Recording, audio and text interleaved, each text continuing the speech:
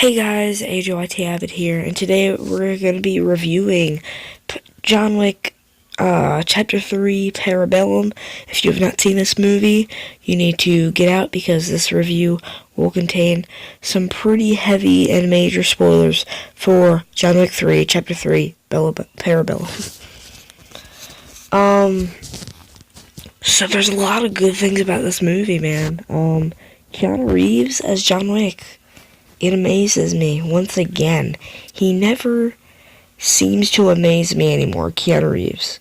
Whether he's John Wick or just really any role, he just knocks it out of the park.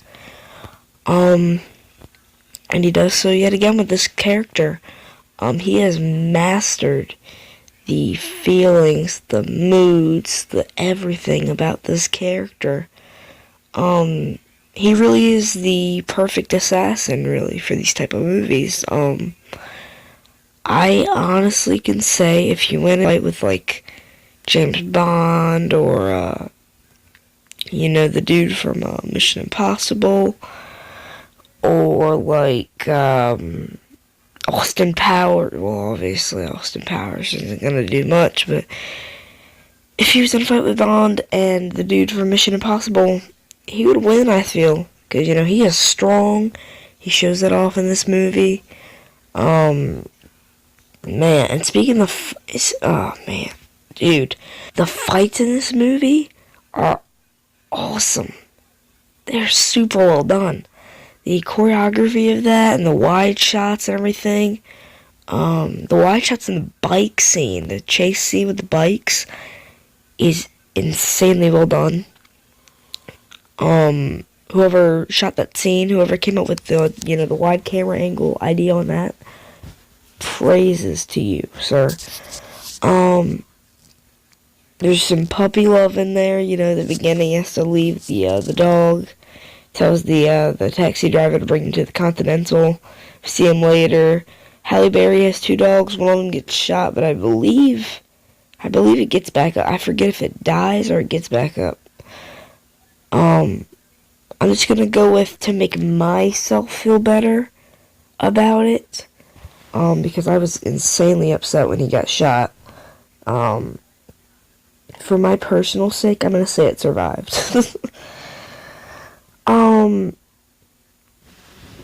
Halle Berry, speaking of Halle Berry, yeah, she was actually pretty entertaining. I don't really like Halle Berry that much.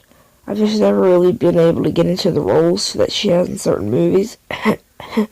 Catwoman, her reputation was pretty much tainted for me from then on. But she was actually really good at this. I like how, she's like, it's never just a conversation with you, John. She's like, there's a line where she tells, she's like, sit, and then the dogs do it, shows the dogs do it, and it pans back up to John, and then she was like, I was talking to you, John. That was an insanely well, given line. She was like, I was talking to you, John. So I thought that was a really well done, line there by her, and she did a really good job.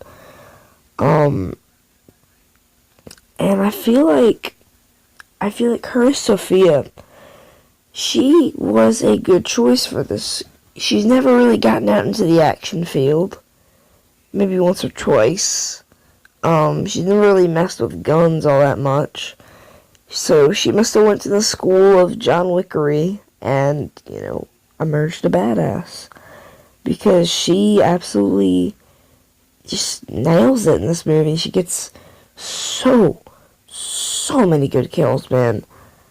She kills the dude that, oh man, dude, no. With the dude, the dude that shoots her dog, one of the side villains, he gets a fate worse than death. One of her dogs chews all over his nuts and probably tears off his dick in the process, and then she shoots him in the shoulder and the leg. And she's like, and then, oh my gosh, another moment is like, she looks at him, and then John's like, hold on, because she's like shooting him, And then she's like, he shot my dog. And then it pans up to John, and he's like, yeah, I can relate. I loved that. I thought it was very well done. The insanely cool ending in this movie, is basically, Ian McShane, he kills, well, in quotations, he kills, once again in quotations, John Wick. Because, it's him and, the woman that's been following him from the the table and everything. It's him and that girl and then his bodyguard, and, they're like, what are we gonna do with Mr. Wick? And then Ian McShane's like, well, he has to die. And he shoots him 3 or 4 times, and then he falls off the roof and everything. But then Lawrence Fishburne's character, finds him, and he's like, are you pissed, John? And then John's like, yeah. And it sets up yet another movie where hopefully, unlike this one, resolves the plot. That was like the only complaint I have, honestly. Just 'cause it didn't. I really wanted to see that woman get shot in the face. Because, the last 2 movies, Chapter 2 ended with him, killing the main villain, and then Ian McShane told him, you have 1 hour and everything, you're excommunicado. And, that had a solid ending. This just has, sort of a teasing ending, sort of can get you hype, for him to finally kill this woman, hopefully, and everyone. Honestly, I want to see him kill every last person that he didn't kill in this movie. Obviously, of course, not Halle Berry or any of the other people that helped him, but, literally everybody that did him wrong in this movie, needs to die in the next one. Okay, on to the bad. Yeah, no faults. I already said, the only mild complaint I have is that it didn't have a full, cohesive ending as Chapter 2 did, where, he kills the main villain, Ian McShane tells him you're excommunicated, and then John just starts running and running and running and running, and then we picked off of that in Chapter 3, but no complaints. The final grade I'm going to give John Wick Chapter 3 Parabellum is an A+. I could not think of a better way for them to, continue this sort of journey that we've been going on with John Wick since about 2013 or 14, I believe. 14. This journey that he's been going on through all these years, I thought this was the last one. I'm being honest, I thought this was the last one.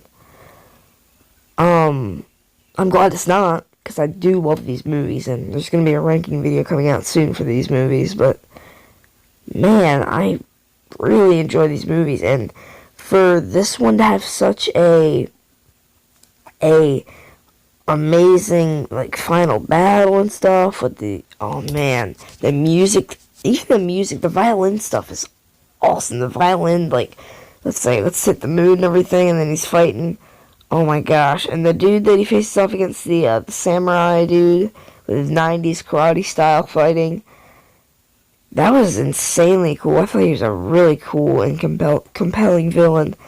And he has, a humor to him, too, because he's like, John Wick, I'm a big fan. He's like, so far you haven't disappointed.